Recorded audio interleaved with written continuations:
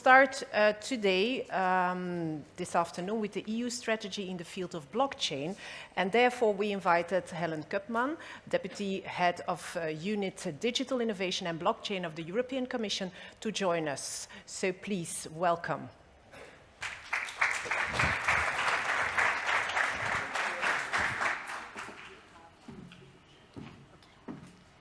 Perfect. Okay, good afternoon, everyone. It's really nice to see so many people faces again live in person. This is a place I used to go to a lot before the pandemic, and it's good to see that the center is taking off again, and that we can interact like this. I also hope you had a good lunch, and that you will sit back and enjoy a little bit of speech here from me on European blockchain policy, EU together with member states, and you will see also other industry partners.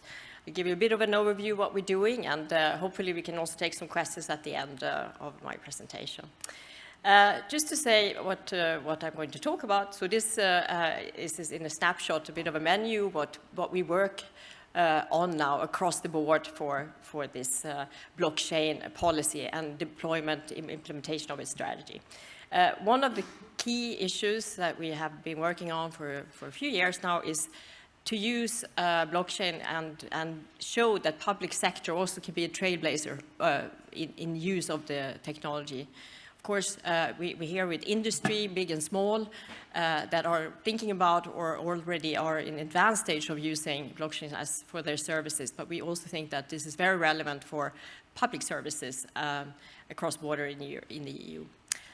We also have a work strand on legal certainty. I think it's important when we speak about blockchain, how can we actually enable this technology to be implemented across a market.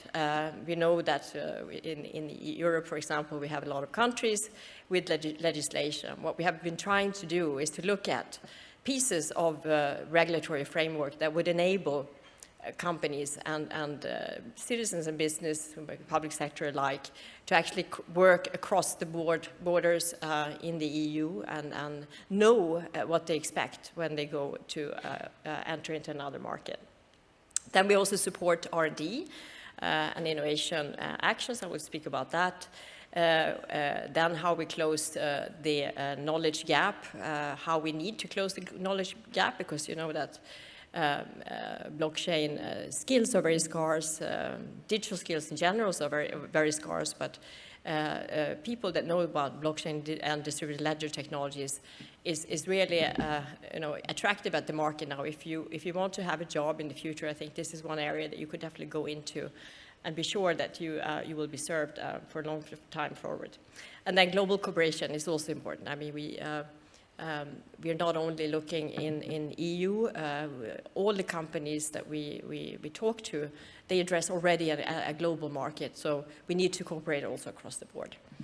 So public sector is a trailblazer. I mentioned to you that we have been spearheading this flagship since a few years. It's started with the European Blockchain Partnership that is consisting of all member states in the EU, Norway and Liechtenstein. It was created by a joint ministerial declaration a few years ago, and that set out the ambition to build a European blockchain services infrastructure on which you could build cross-border services. And this is really a cooperation between public authorities and services in the EU, where industry also, of course, comes in to provide the solutions. At the first time instance here, we look at some use cases that are cross-border, which includes things like verifiable credential. And this is built on something called European self-sovereign identity framework.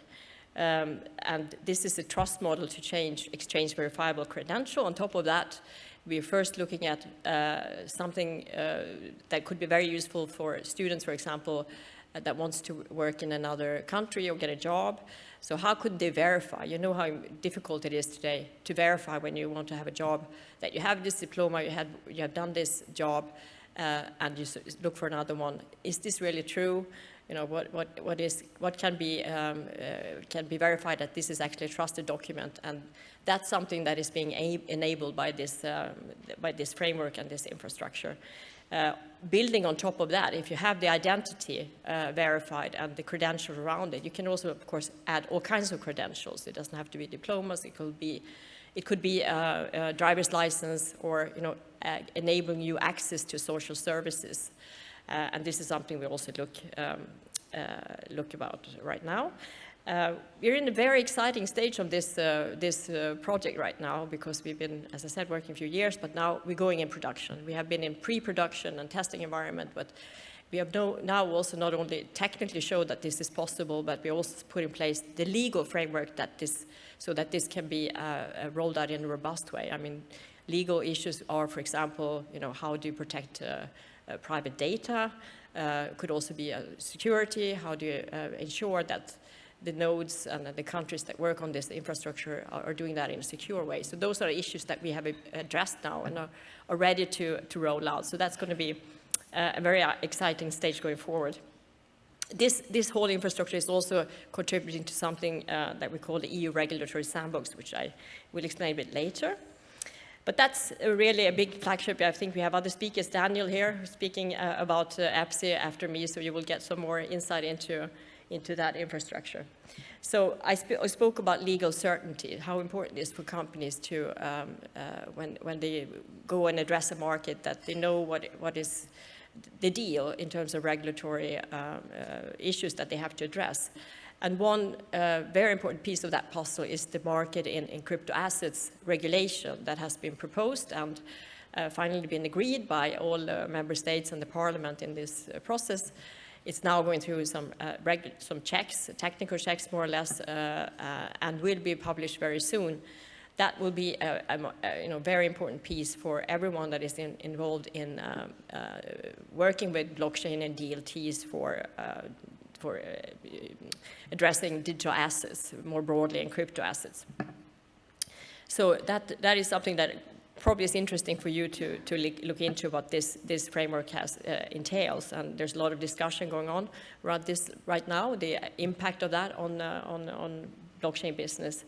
Another very important piece, I mentioned how digital identities is sort of a fundamental thing to address when you build applications around blockchain, but this is also a regulation that the EU has worked on for a few years. It's called European Digital Identity Regulation, or EIDAS before. And this regulation, we have also looked at how can we use this to put in place pieces that helps roll out of blockchain applications, and in particular then looking at electronic ledgers as trust services. The Data Act is another piece which is quite important, I think, for every business around Europe now to look into. It's going to a process now of scrutiny and discussion on how it should be shaped. The proposal is there, but it's still a way before it will be adopted and so on. But this really enables data, to be shared more across in business sectors and between business and government, and also allowing other access to that data and enabling basically business to build new services on top of data that can be shared. And in that piece of regulation, we have also included some provisions on smart contracts, because this is also a part of the toolbox in the blockchain area. Embedding smart contracts in the services will enable business to do all kinds of transactions automated in an automatic fashion. And in the Data Act, we have looked at how can we make that be trusted as well. What are the essential requirements for smart contracts to be understood? And then the regulatory sandbox. I mentioned that this is really an initiative that we build on this European blockchain partnerships and services infrastructure to roll out.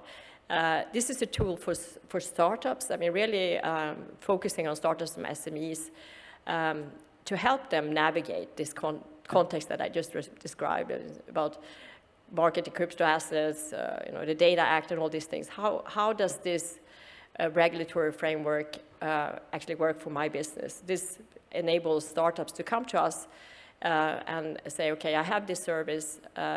I think that it would be interesting for me to understand the regulatory context, and then we will put them in place, in contact with the regulators that are experts on this area, and that will also enable a very good dialogue between the innovators and the regulators on how to interpret this regulatory framework. And both businesses then can learn how they can better prepare the services for rollout, and the regulators to be better prepared to for the interpretation and the monitoring and the enforcement of these regulations. This is really targeted for startups and SMEs in the blockchain space.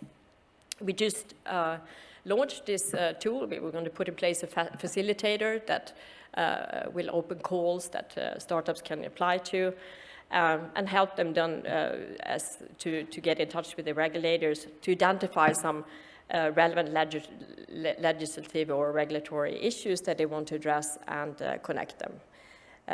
So after this process is finished, we hope that we can also share some best practices and publish this so in a wider context, not only for those companies that participate in the sandbox, but also other companies that can get share of the experiences here. We also have been supporting research and innovation and development as well as deployment with the AppC, for example, but not only in the area that I work, but across the whole EU and European Commission's research programs. It could be Horizon Europe or Connecting Europe Facility or the Digital Europe program, indeed. We have now identified in a ballpark of around 347 million being invested in projects for research and innovation in building on blockchain technology. That's quite a large amount. I mean, the last, let's say, this spans over the last two years. And we think that more will probably be invested in the future. And this coming really bottom up. This is our projects that are proposing to do work in specific areas. You can see the different sectors and technologies that are being addressed in these projects. So it's quite wide. Using blockchain in food or agriculture, using blockchain in sustainability, energy, transport, also in connection with other technologies. So blockchain sits very well together with IoT, artificial intelligence, and so on. So how do we combine these technologies also to make a coherent service? And then, as I mentioned, the opportunity for people that are in this space is quite big. I think even though we see a quite dramatic shake-up in the business right now, this is something that will probably distill into companies that are more sustainable long-term. And there will still be a demand for businesses that survives this crisis into building, sustainable business model, and will be needing skills.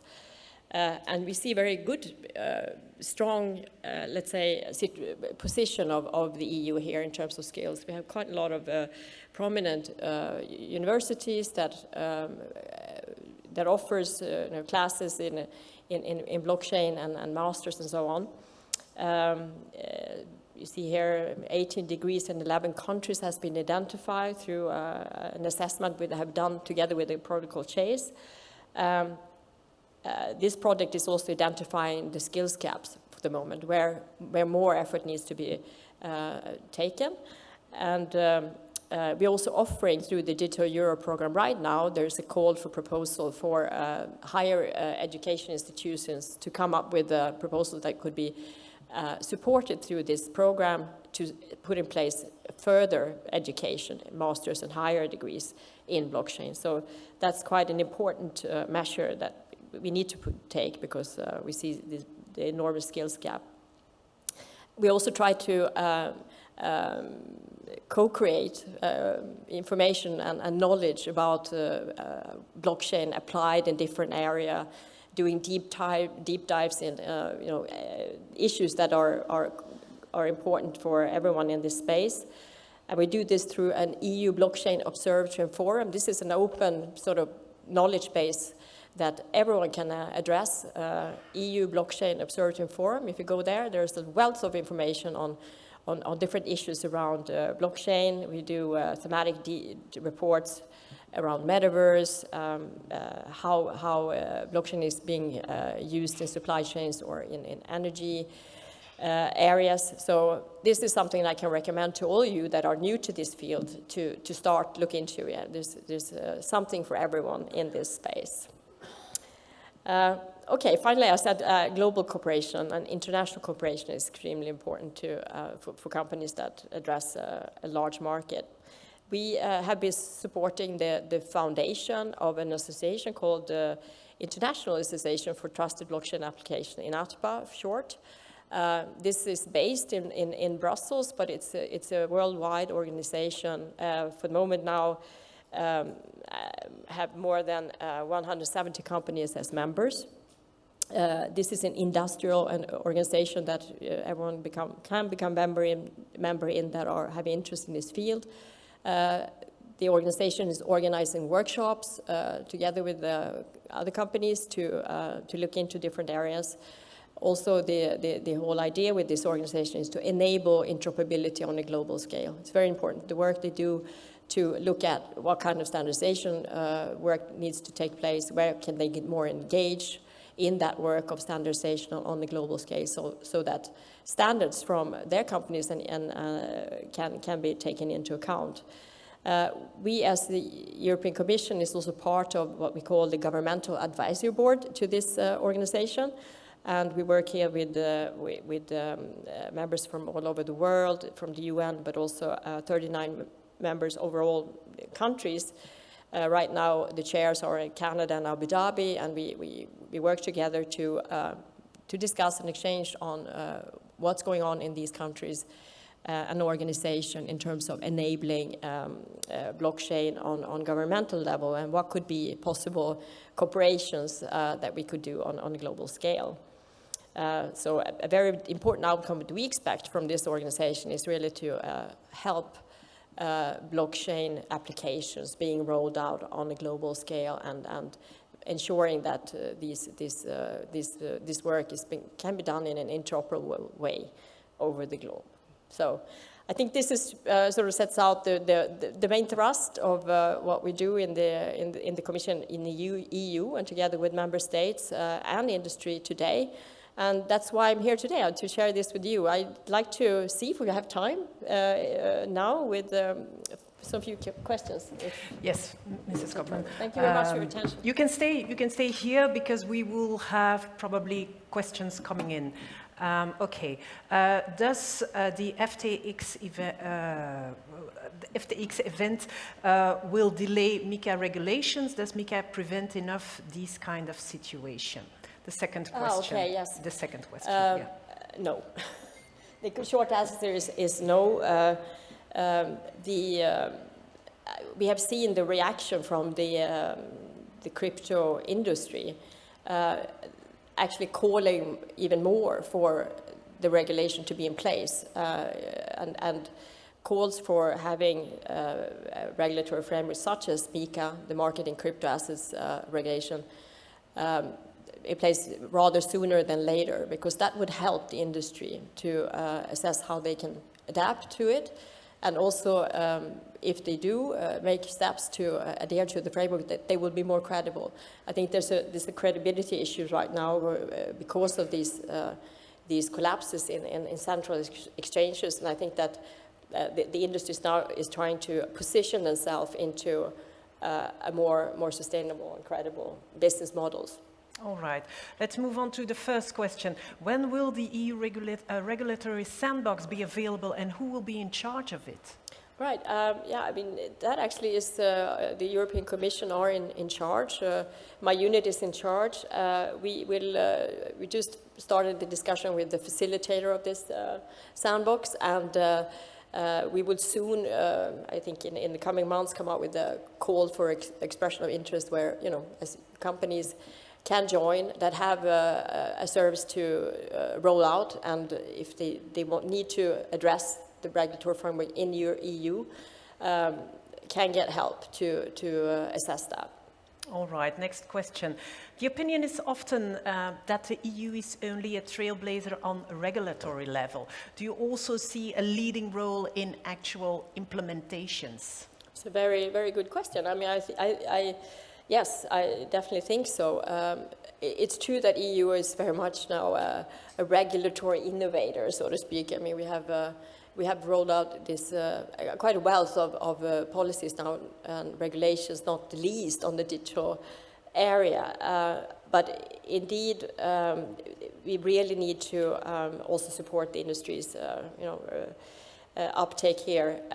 We as public service can also do our share, and as I said, with the European Blockchain Services Infrastructure, we really try to show that we also do that. We ourselves as EPSI are actually hitting exactly the same regulatory issues that a company would do. So we do get our own experience on addressing that.